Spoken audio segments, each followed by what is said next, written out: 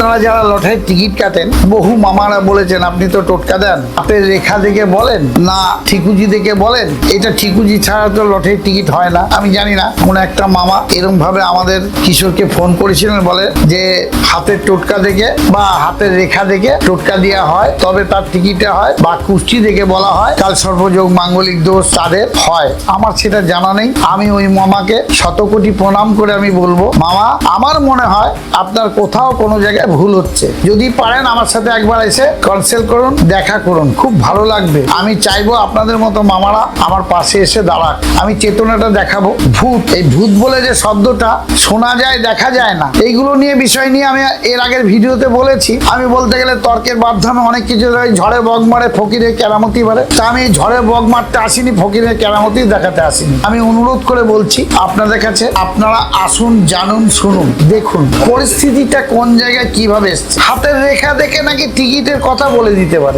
আমি জানি না, আমি কারোর ব্যক্তি হিসেবে করে কিছু বলতে চাই না। কোন মহারথী আছে যে হাতের রেখায় আছে আপনি টিকিট 100% পাবেন? এরকম বহু লোক এসে বলে গেছে যে আমার তো অমুক লোক দেখেছিল, বলেছে আপনার প্রাপ্ত সম্পত্তি যোগ, প্রাপ্ত যোগ, এরকম কিছু হয়তো থাকলেও থাকতে পারে। এগুলো আমি ঠিক জানি না, কারণ আমি তো হাত দেখতে পারি না। আমি মায়ের কানেক্টেডে সামান্য একটু ক্ষুদ্র তান্ত্রিকগিরি করি, কিন্তু কোনো জ্যোতিষী না। তান্ত্রিক ছাড়া এই বিষয় নিয়ে আমি কিছু বলতে পারবো না। মন্ত্র দ্বারা মনে হয় না। অনেক ব্যক্তি জিজ্ঞাসা করেছেন মামা নবগ্রহটা কি, এর প্রশ্নের উত্তর আমি দিয়েছি, বা ম্যাক্সিমাম লোকই ক্রস প্রশ্ন করে যে আপনি টিকিটের টোটকা দিচ্ছেন, আপনি কেন কাটছেন না।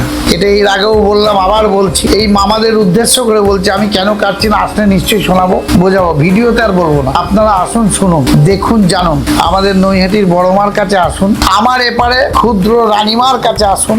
আপনারা জানতে পারবেন, শুনতে পারবেন, বুঝতে পারবেন। কিভাবে আসবেন? নৈহাটির নেত্তরা লোক চোখের হসপিটাল আসবেন, এসে নেমে পোস্টারে লাগানো আছে মামা মামা হলো। আপনারা আসুন, দেখুন, শুনুন, টোটাল তথ্যটা বুঝুন। টাকা পয়সার কোনো ব্যাপার নেই। যদি মনে হয় দান বাক্সে 1 টাকা দেবেন, না দিলেও কোনো অসুবিধা নেই। আগামী 22শে আগস্ট আমার মায়ের বাৎসরিক পূজা 45তম বছরে পড়ছে। আপনারা আসবেন, ভীষণ পরিমাণে আনন্দ করবেন, এটাই আমার কাম্য। এই বলে আজকে আমি আমার কথা শেষ করছি এবং দুহাত ধরে আশীর্বাদ করছি। আপনারা ভালো থাকুন, সুস্থ থাকুন। আশীর্বাদ কিন্তু এটা নয়, এটা আশীর্বাদ। আমি বারবার করে বলছি, আপনারা আসুন, সুস্থ থাকুন, ভালো থাকুন।